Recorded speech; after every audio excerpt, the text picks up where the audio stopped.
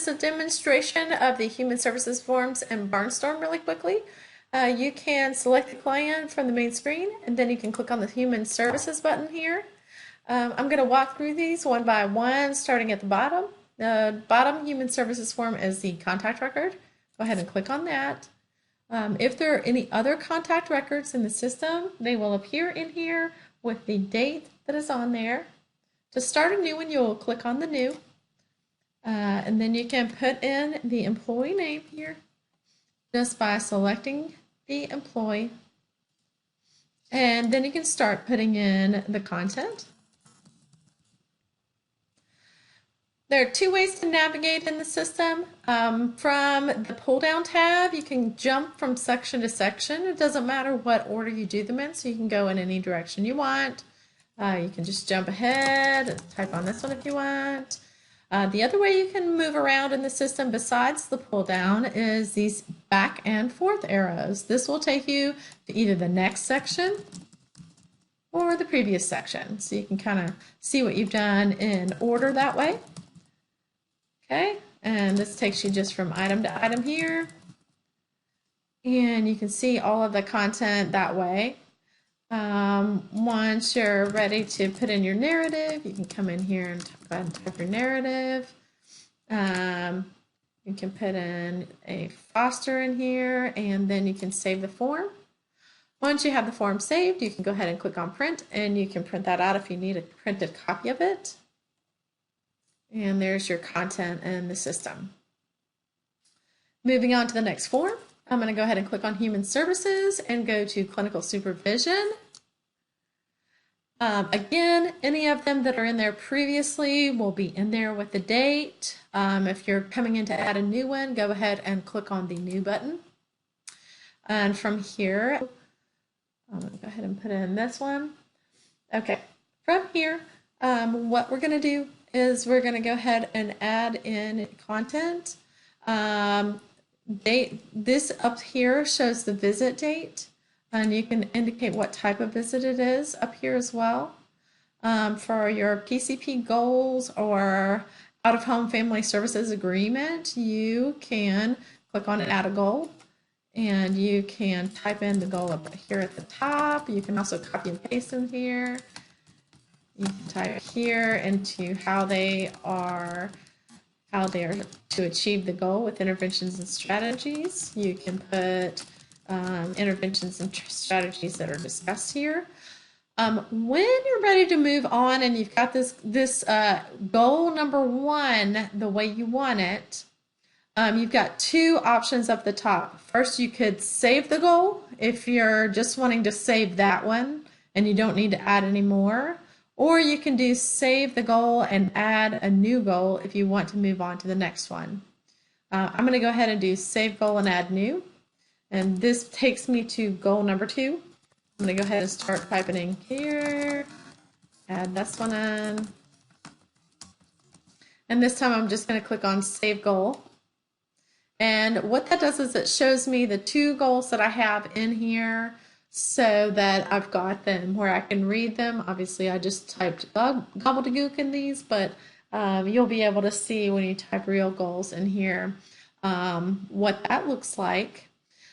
Once you're done with your goals, you do have to save each goal individually, and you can always edit them and add another one when you come back to this screen. Once you have this looking the way you want it with your goals, you can go ahead and save your form.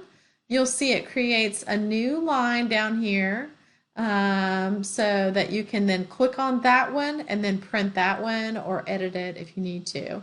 So each time you come in to do a new clinical supervision, you will always click on the new button rather than clicking edit. The only time you'll edit is if you've got an old one in there that you want to correct in some way.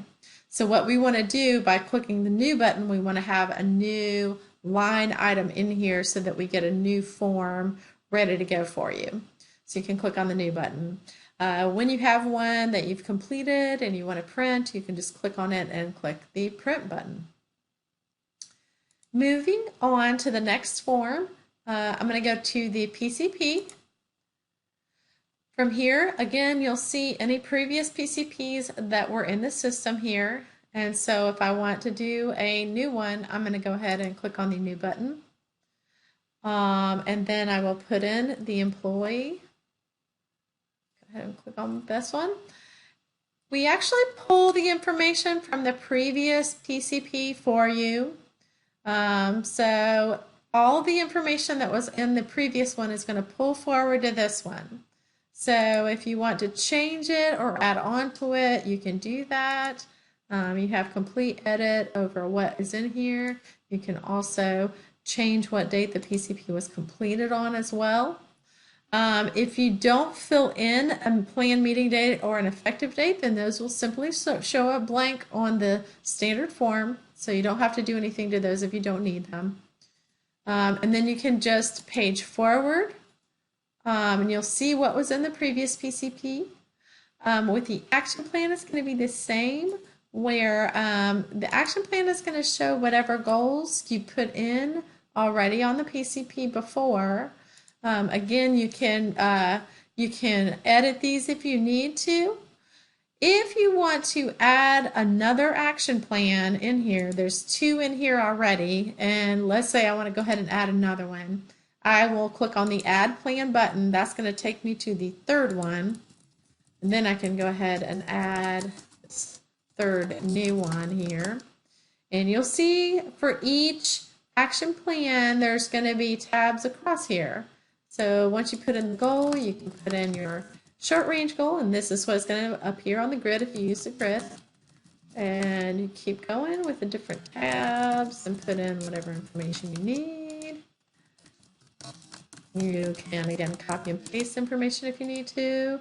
If you want to put target dates and status codes, you can do that as well.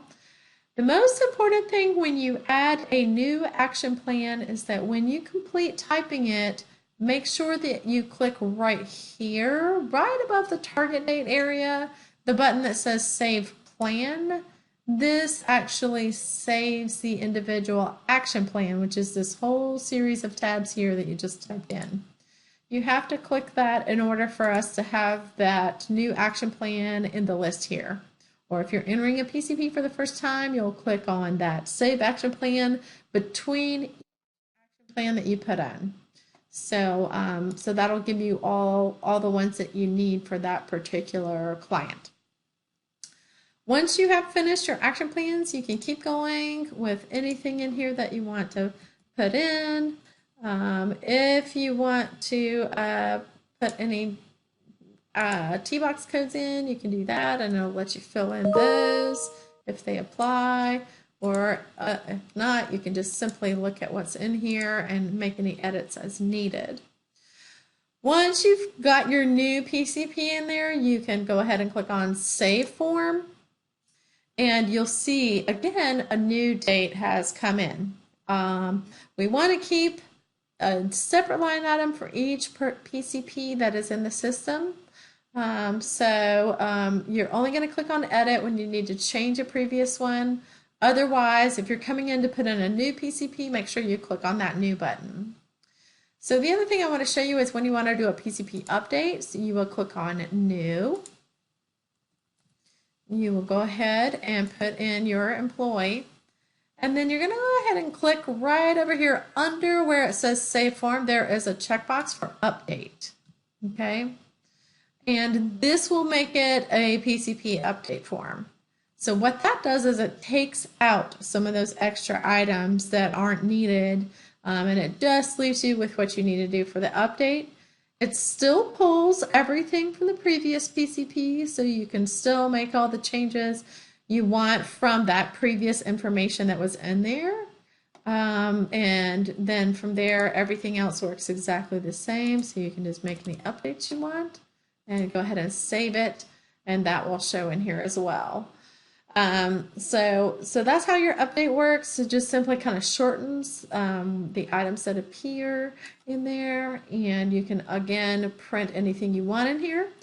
If you have a signature page that you want to attach to your PCP, I'm going to show you how to do that. You will click on the one that you want to attach the signature page to, and then right here where it says attachments, you are going to click the next button, which has a little plus on it, and that will let you add an attachment to the PCP. I'm going to click that plus. All right, once you find your signature page, you can just simply select that and go ahead and open. Give it a moment. It will say added an attachment. And then once you go to click on that item and print it, you will see that the last page that was attached was the actual signature page. So you actually attach it that way. So this allows you to take a separate signature page and attach it onto any of these PCP items. That way you've got your signature page attached to it. Okay. If you wanted to delete that attachment, you've got a little X button where you can do that, and you can delete it and add a different one if you need to.